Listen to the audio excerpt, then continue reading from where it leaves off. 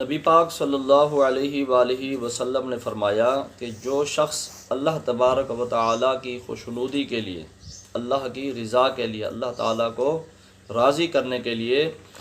ایک دن کا اعتکاف کرے گا،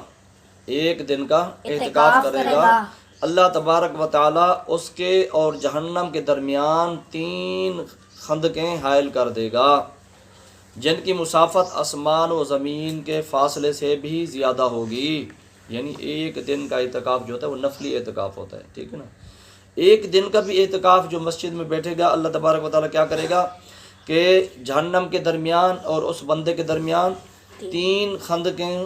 کے برابر کیا کر دے گا، 3 خندقیں حائل کر دے اللہ تبارک و تعالیٰ، 3 خندقیں حائل کر دے گا، اور جن کی مسافت کتنا ہوگی، آسمان اور زمین کے فاصلے سے بھی زیادہ ہوگی، ٹھیک ہے نا۔ یعنی جہنم کو اتنا دور کر دے گا ایک دن کے اعتکاف کے بدلے میں، ایک دن کے اعتکاف کے صدقے، ٹھیک ہے نا۔